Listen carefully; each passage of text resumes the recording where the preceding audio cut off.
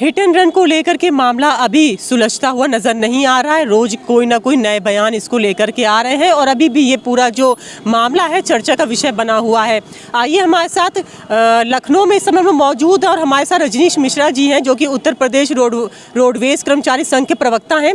उनसे जानते हैं कि आखिर अब उनका स्टैंड क्या है और जो नए तरीके से बयान आ रहे हैं सामने, क्या सोचते हैं। सर, आपका बहुत स्वागत है। अंजलि जी, मैं आपको बताऊं, मैं अकेला इस आंदोलन में मेरा अकेला भूमिका नहीं है। ये समस्त जितने भी हमारे चालक बंधु खड़े हैं, परिचालक बंधु, सभी इसके शिकार हैं। हमारे साथ क्षेत्रीय अध्यक्ष हैं सेंट्रल रीजनल कर्मचारी संघ के मान सिंह जी, ये भी हमारे साथ खड़े हुए हैं। हम लोग साथ साथ ये सभी कर्मचारियों की समस्या है। सभी जितने भी ड्राइवर्स हैं, चाहे वो कार चलाने वाला हो, चाहे बस चलाने वाला हो, चाहे ट्रक चलाने वाला हो, चाहे बाइक चलाने वाला हो, ये सारी सभी की समस्या थी। मैं लगातार 3 दिन से मॉनिटर कर रहा हूँ। मैंने लगातार आपके चैनल को भी देखा है, विभिन्न चैनलों को मैं देख रहा हूँ।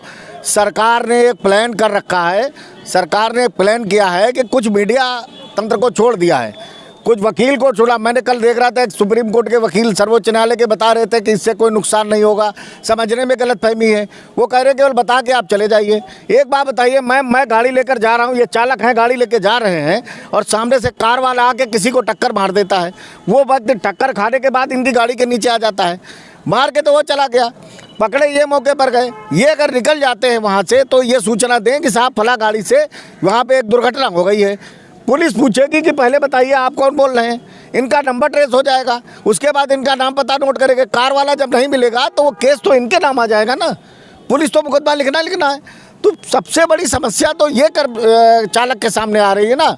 मैं इसके विरोध में नहीं हूँ कि कानून आप ना बनाएं, कानून बनाएं, लेकिन उनके लिए बनाएं जो शराब पी के गाड़ी चला रहे हैं, जो 200 की स्पीड में गाड़ी चलाते हैं।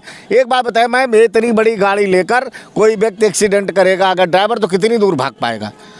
किलोमीटर, 2 किलोमीटर, 3 किलोमीटर के बाद में हमारा ड्राइवर, चाहे ट्रक का हो चाहे बस का हो, वो सिर्फ इस तलाश में रहता है कि या तो सुरक्षित जगह मिल जाए या कहीं पुलिस स्टेशन हमको मिल जाए जहां हम पुलिस के, हमें पब्लिक की मार से बचने के लिए हम कहीं जाके पुलिस के हवाले कर दें जाके गाड़ी को। और 90% हमारे चालक यही तो करते हैं। फिर केस को बनाने की ज़रूरत क्या है कानून को? आप ज़बरदस्ती ये थोपने की आवश्यकता क्या है? और मैं देख रहा हूँ कि पूरा इसको लगा दिया गया है, स्ट्रक्चर खड़ा कर दिया गया इसको लेकर। कहीं कोई मंत्री का बयान आ रहा है, कहीं सुप्रीम कोर्ट के वकील अपनी ज्ञान आप दे रहे हैं। ज्ञान देने से मतलब सुधार नहीं होगा। अगर सुधार करना है तो आप अमेरिका आप जाते हैं। मैंने माननीय मंत्री जी अमेरिका गए, वहाँ ब्रिटेन गए, फ्रांस गए, जर्मनी गए, जापान गए, कनाडा गए, वहाँ की सड़कें आपने देखी। लेकिन मैम आप देखिए, जिस लेन में कार चलाने, बाइक चलाने के लिए लेन छोड़ी जाती है, यहाँ तो पैदल के लिए जो बनाया गया उसमें भी लोग बाइक और कार घुसेड़ देते हैं अगर जाम लगता है। तो पहले आप स्ट्रक्चर को सुधारिए। आप एक स्ट्रक्चर को सुधारिए कि यहाँ बसें चलेंगी, ट्रकें चलेंगे इस लेन में। दूसरा नहीं घुसेगा, और घुसेगा तो ऑटोमेटिक उसका चालान हो जाएगा। ऑटोमेटिक जो विदेश में है कि उसके खाते से पैसा कट जाएगा, 10,000 रुपये 20,000 का जुर्माना हो जाएगा, अपने आप बंद हो जाएगा सब कुछ। जब लोग लेन तोड़ेंगे नहीं, लाल बत्ती नहीं क्रॉस करेंगे तो कैसे दुर्घटना हो जाएंगी? उसी में कार चला रहे हैं आप, उसी में बाइक वाले को चलवा रहे हैं, उसी में रोड क्रॉस करवा रहे हैं। तो और उसके बाद आप कहते हैं चालक दोषी है। कैसे चालक दोषी है आप बता दीजिए आप। सर, देश के प्रधानमंत्री और गृह मंत्री अमित शाह से अब आपकी क्या मांग है? ये भी सुनने में आ रहा है कि अगर ये कानून नहीं रुका तो अनिश्चितकालीन जो है हड़ताल पे आप लोग जाएंगे। मैम देखिए, हम मजदूर हैं, ये जितने भी चालक हैं, हमारी कोई बहुत बड़ी वो मांग नहीं, डिमांड नहीं सरकार से। लेकिन सरकार अगर जबरन हमें फंसाने का काम करेगी, ज़बरदस्ती हमारे ऊपर कोई कानून थोपने का काम करेगी, मैं प्रधानमंत्री आपके चैनल के माध्यम से आदरणीय प्रधानमंत्री जी से, आदरणीय गृह मंत्री जी से मेरी यही अपील है सभी चालकों की तरफ से कि इन गरीब चालकों का ध्यान रखा जाए। हम जानबूझ के कोई दुर्घटना नहीं करते हैं। दुर्घटना के लिए आप स्ट्रक्चर तैयार करें, वैसी सड़कें तैयार करें। आप ये कहें कि यहाँ बाइक वाला नहीं चलेगा, यहाँ कार वाला नहीं चलेगा, हाईवे ट्रैफिक चलेगा।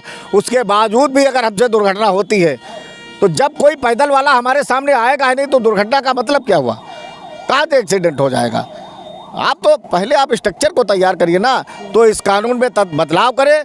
और अगर करना है, ये हिट एंड रन कानून उनके ऊपर लागू होता है जो रात में फुटपाथ पे गाड़ी चढ़ा देते हैं शराब के नशे में। बड़े बड़े IAS के बच्चे, IPS के लड़के और जाके चढ़ा देते हैं गाड़ियाँ फुटपाथ पर सोए हुए मजदूरों के ऊपर। ये हिट एंड रन कानून, उसके बाद भाग जाते हैं। ये हिट एंड रन कानून उनके ऊपर लागू करिए आप। ये सर आप जो ट्रक बस चलाने वाले जो देश की अर्थव्यवस्था में अपना पूरा योगदान दे रहे हैं, जो प्रदेश की जनता को एक दूसरे स्थान से पहुंचाने का काम देश के लोगों को कर रहे हैं, जनता की सेवा कर रहे हैं, उनके ऊपर हिट एंड रन कानून लागू करने का कोई मतलब नहीं बनता। मैं मेरा आपसे ये आखिरी सवाल है, ठीक है, जैसे आपने कहा कि क्या कहते हैं ये सारी चीज़ें जो दारू पी के चलाते हैं उन पे लागू होनी चाहिए, लेकिन सरकार के पास कोई दो सजेशन, कोई दो सलाह इस कानून को लेकर के, कोई प्रावधान में बदलाव, मतलब प्रावधान में बदलाव, जैसे भी 10 साल की सज़ा है और 7 लाख रुपए का जुर्माना है, उसमें अगर कम करे सरकार तो क्या करे, किस हिसाब से करे? नहीं मैम, कम करने का धारा 304 एक थी, इन्होंने जो इंडियन पीनल कोड था उसमें बदलाव कर दिया, उसे न्याय संहिता का नाम दे दिया। हम उसके लिए उसके पक्ष विपक्ष में नहीं है ना, हमारा कोई चालक, उसके भी सरकार जो अच्छा काम करे हमें कोई दिक्कत नहीं उसमें, लेकिन कम से कम ये तो ध्यान रखें कि आप ज़बरदस्ती किसी को थोपने का प्रयास कर रहे हैं। कहाँ से 7 लाख रुपया एक ड्राइवर देगा? आप बताइए, इस ड्राइवर के पास 7 लाख रुपया, इसकी हालत देख रहे हैं आप, ये बस चला के 10-12 हज़ार रुपया कमा रहे, हम लोग कहाँ से पैसा लाएंगे? आप बताइए। अगर कोई दुर्घटना हो जाती है, ये गाड़ी लेके जा रहे हैं, सामने से कोई भाग खड़ा होता है, कट से निकल के आ जाता है, टकरा जाता है, तो मामला तो सारा पुलिस के हाथ में दे दिया आपने। अब पुलिस कहे कि 2 लाख रुपया दो, नहीं तो आपके ऊपर हम 106 लागू करेंगे, हिट एंड रन कानून लागू करेंगे। और ये पब्लिक दौड़ाती है, ये बचाव में भागेगा तो जरूरी। और अगर हम सूचना पुलिस को देते तो हम तो सीधे सीधे मुलजिम हो गए ना, कि अगर हम सूचना पुलिस को मैम दे रहे हैं तो आपको सूचना दे दी तो आप कहेंगे फला नंबर से आया था, इसका पता नोट करो, पता आया, हमारा नाम पता सब आ गया, उसके बाद कहेंगे आप तो मुलजिम हैं, उठा के हमको अंदर कर देगी पुलिस। हम अपनी बात कहाँ कहने जाए ना।